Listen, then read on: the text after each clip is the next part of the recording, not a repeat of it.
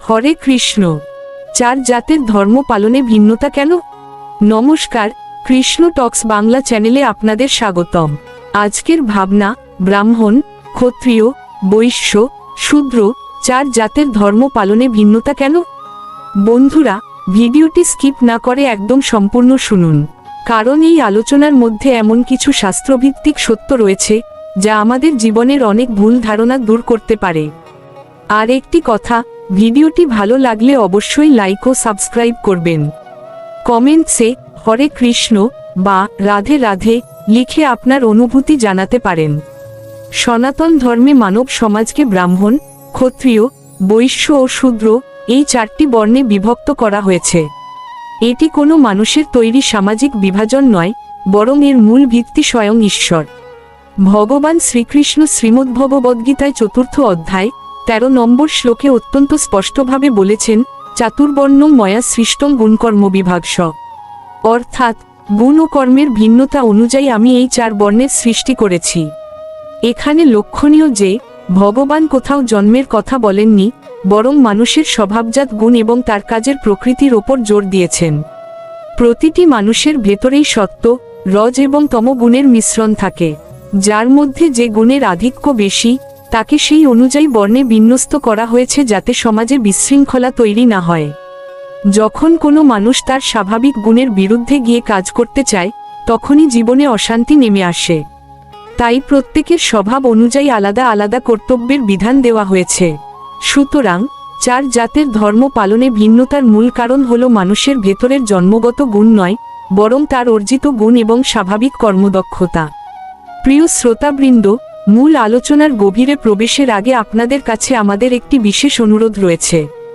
আমরা জানি, সনাতন ধর্মের বিশাল সমুদ্রের মাঝে পথ চলতে গিয়ে আপনাদের মনে অনেক সময় নানা প্রশ্ন, দ্বিধা বা খটকা জাগতে পারে।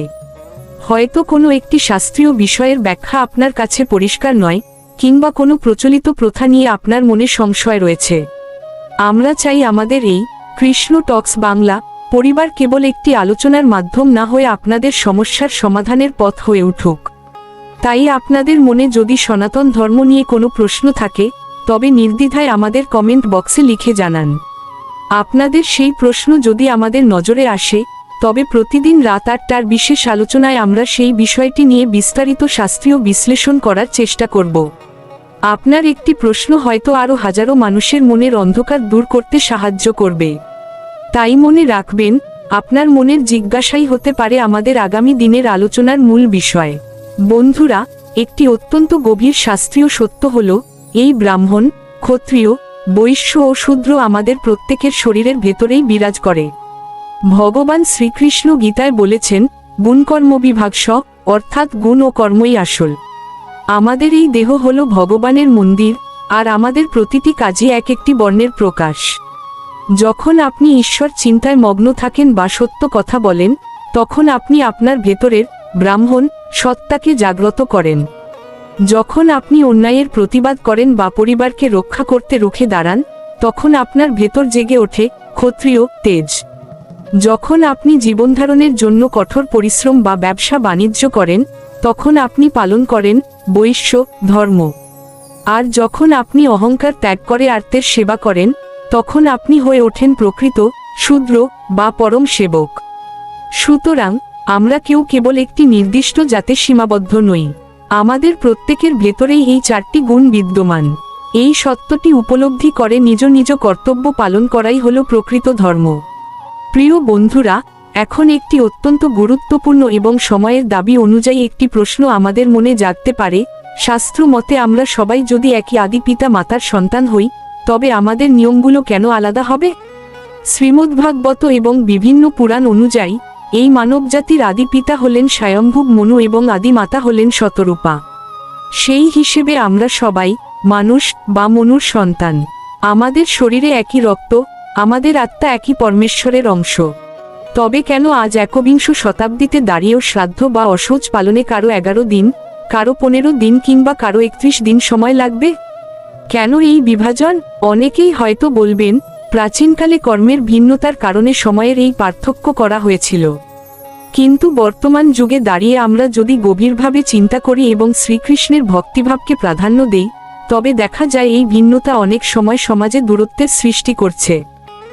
যখন আমরা একই ভগবানের সন্তান, তখন কেন আমাদের অসহজ পালনের মাধ্যমে শুদ্ধ হওয়ার সময়সীমা আলাদা হবে?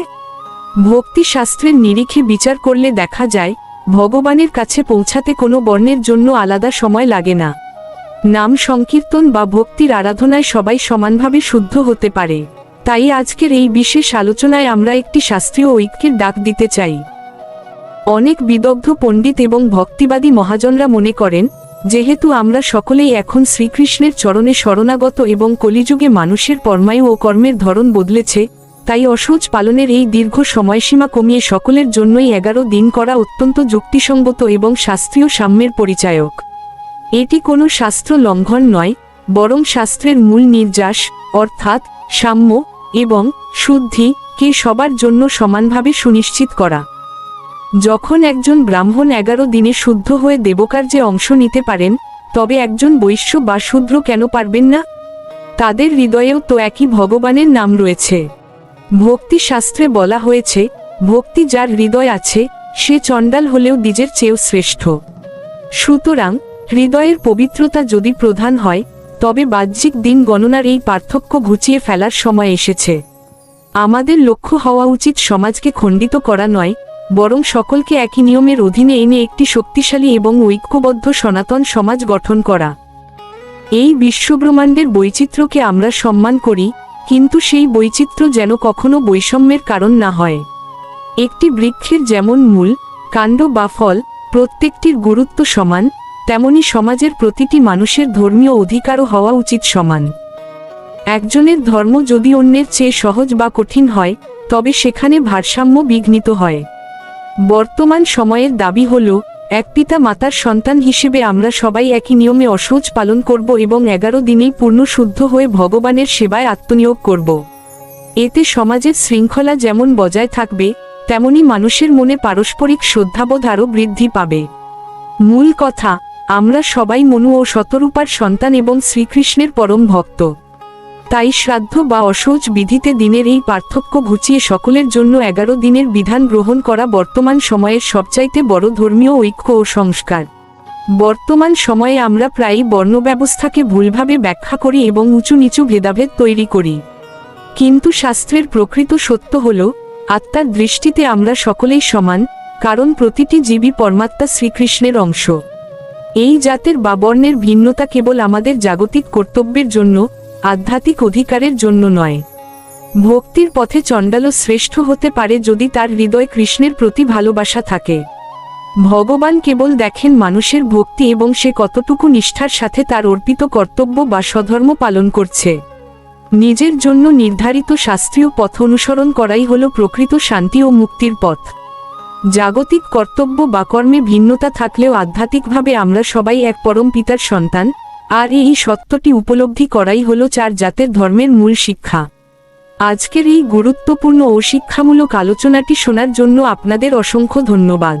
আশা করি 4 জাতের ধর্ম পালনে ভিন্নতা কেন, এই বিষয়টি নিয়ে আপনাদের মনে যে ধোঁয়াশা ছিল, তার কিছুটা হলেও নিরসন হয়েছে।